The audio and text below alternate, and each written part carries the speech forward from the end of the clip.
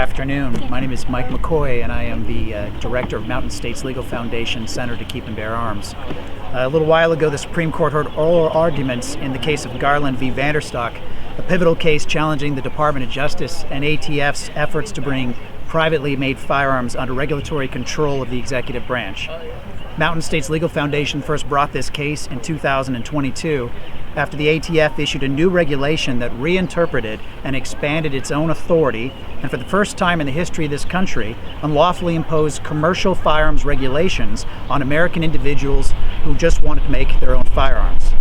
The problem for the ATF, and the reason why the case is in front of the Supreme Court today, is because Congress never gave the ATF the power to regulate privately made firearms. And in fact, it repeatedly refused to give such authorization.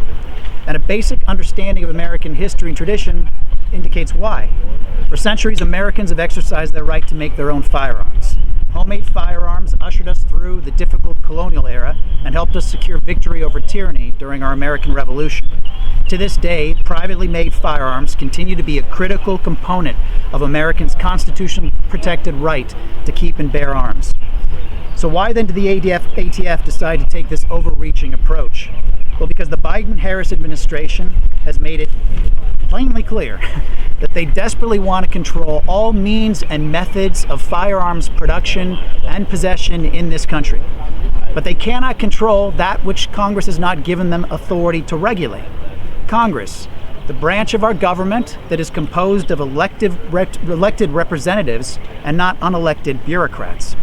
Our founding fathers had the good sense to enshrine the separation of powers in our Constitution for this very reason. But by pushing forward with the 2022 regulation, the Biden-Harris administration decided to ignore Congress and act on their own. The separation of powers and the Constitution be damned. Now, on the surface, Garland v. Vanderstock might appear to be just another administrative law case about the extent of an executive branch agency's authority to interpret the law. But it is actually much more than that. In reality, the Vanderstock case is the latest battle against the Biden-Harris administration's unceasing efforts to have executive agencies, which are not Congress, legislate away the natural and constitutionally protected rights of all Americans. Well, that cannot stand. Mountain States and all of our partners in this case refuse to let that stand. The separation of powers is a fundamental part of our democracy, and the ATF's attempt to regulate homemade firearms is a clear violation of that principle. We are grateful and honored to have had this case appear in front of the Supreme Court, and we look forward to the court's decision. Mountain States would like to thank our partners in this case, especially Cooper & Kirk and Firearms Policy Coalition, for fighting alongside us in defense of the Constitution, the separation of powers, and of course, liberty.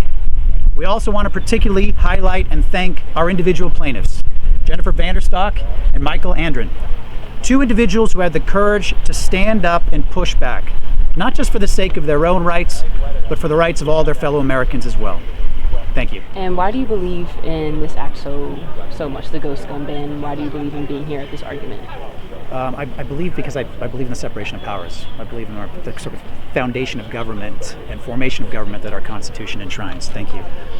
Right, there's three separate branches of government, and one of the things that we're concerned about more and more is that the executive branch is acting as if they're the legislative branch, right? If Congress is not passing the laws they want, then they, through executive action, are just implementing what they want to have happen. They're legislating. That's not the role of the president. That's not the role of the executive agencies like the ATF or the DOJ. You have to rely upon Congress. And the reason why you have to rely upon Congress is because that's where our elected representatives are. Those are the people who are closest to us, the voters, the American people, right? The founders saw that as being the chamber in which our will, our wishes, is going to be most readily reflected.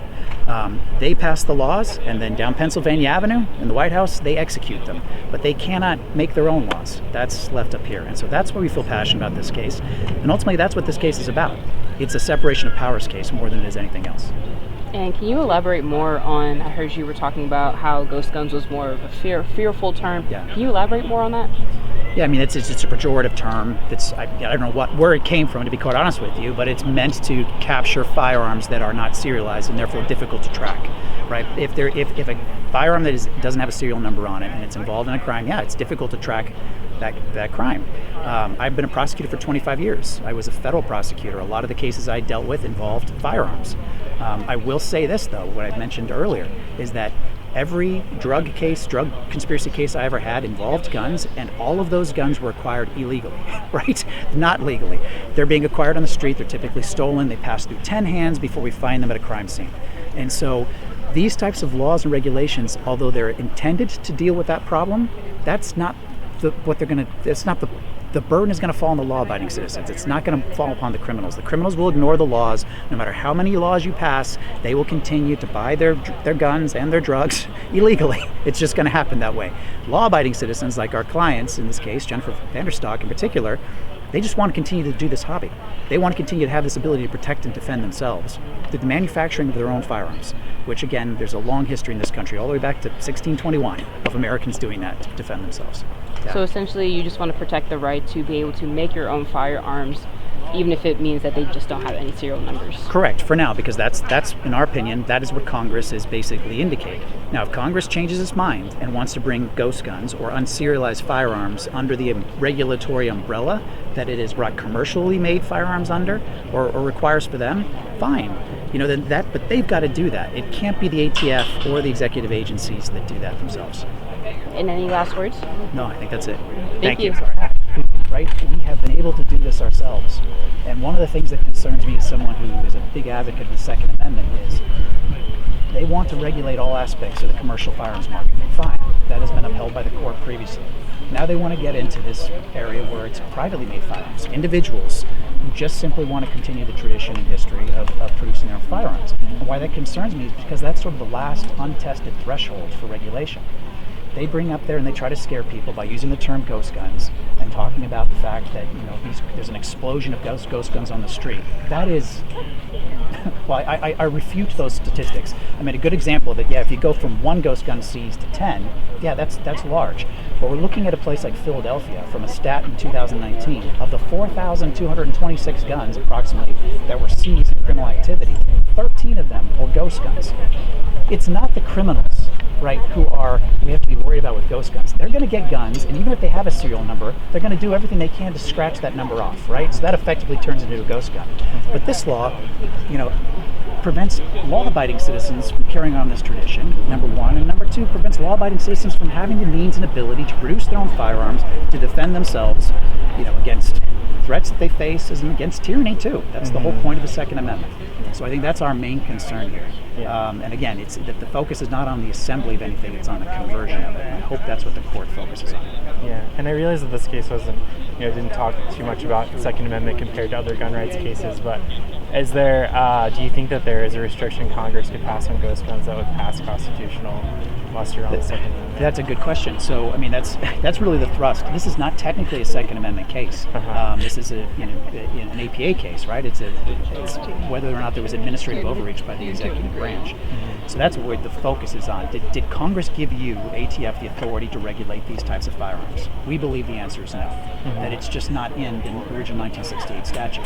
Now, if Congress, if it's the will of the people through their elected representatives to amend the Gun Control Act to include privately made firearms, then yes, I'm sure there will be a constitutional challenge to that.